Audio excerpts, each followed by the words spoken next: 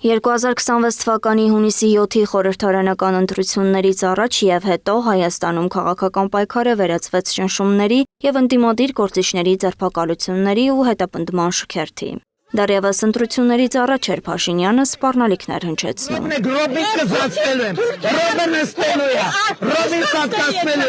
Եվ այսպես շարունակ, հետագա իրադարձություններն էլ զարգացան արագ։ Արդեն հունիսի 7-ին քվեարկության օրը Գյումրիում ոստիկանությունը շրջափակեց ուժեղ Հայաստան դաշինքի գրասենյակը և ձերբակալեց 3 անձի։ Խուզարկություններ իրականացվեցին նաև Հայաստան դաշինքի մի շարք աջակիցների բնակարաններում։ Հունիսի 11-ին կալանավորվեց ուժեղ Հայաստան դաշինքի падգամավորի թեկնածու Հայկ Ավագյանը։ Դատարանը կալանքի որոշում կայացրեց նաև նույն դաշինքի առանցքային թեկնածուներից Արթուր Աբրահամյանի նկատմամբ, նրան մեղադրելով ընտրակաշառքի և փողերի լվացման համար։ Վերջինս հունիսի 26-ին հայտնաբերվեց և տեղափոխվեց կալանավայր։ Իսկ հունիսի 12-ին ձերբակալեցին քաղաքագետ Ալեն Ղևոնդյանին իշխանությունը զավթելու կոչեր հնչեցնելու մեղադրանքով։ Ինքը Ղևոնդյանը չի ընդունում մեղադրանքը, պնդելով, որ իր խոսքերում նման կոչ չի եղել։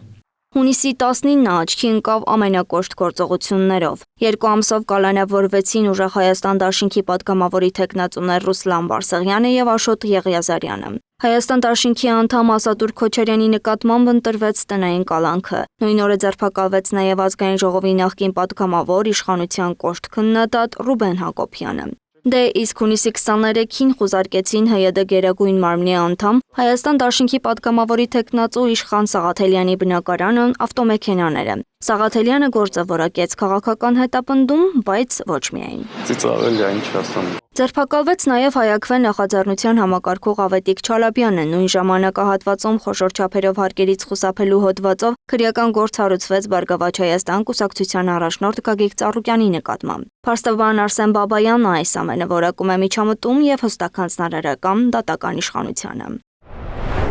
Անձանց նկատմամբ հանրապես պատիժ նշանակելը շատ բաղկացուցիչներ ունի։ Պատիժ նշանակում են ուղղման նպատակով եւ ոչ թե որևէ մեկի համաճուտի կամ քաղաքական ժամանակակցությամբ պայմանավորված։ Պատիժ նշանակում են անձին, անհատին, հաշվի առնելով անձի անհատական տվյալները, նրա ուղղման ընթացքը, նրա ուղղված լինելը կամ թե որքան ժամանակ է պետք, որ այդ անձը վերադառնա սոցիալական վերադառնա հասարակություն։ Եվ այս առումով այս հանձնարարությունները բնորոշ են բռնապետական պետությունների։ Բայց կարծես թե ամեն ինչ դեռ նոր է սկսվում։ Փաշինյանն էլ կարիք չի տեսնում բոլորի անունները հերթով տալու, փոխարենը ընդհանրացնում է։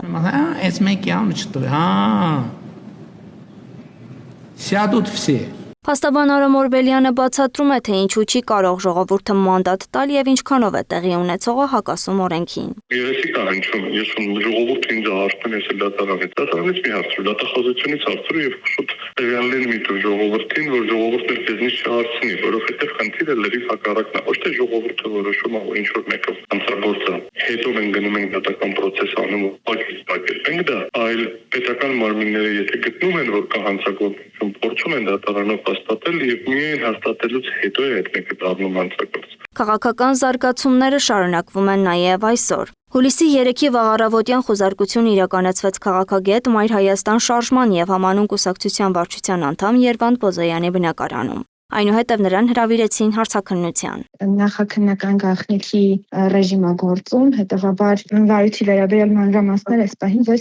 հայտնել չեմ կարող։ Այսօր հետաձգվեց նաև Հայաստանի երկրորդ նախագահ Հայաստան դաշինքի առաջնորդ Ռոբերտ Քոչարյանի գործով հերթական դատական նիստը։ Փաստաբան Արամ Օրբելյանը նշում է, որևէ հիմնավորում չկա, որի հիման վրա կարող են ազատազրկել Ռոբերտ Քոչարյանին։ Նախագահի գործով Ռոբերտ Քոչարյանի գործով այս պահին չկա որևէ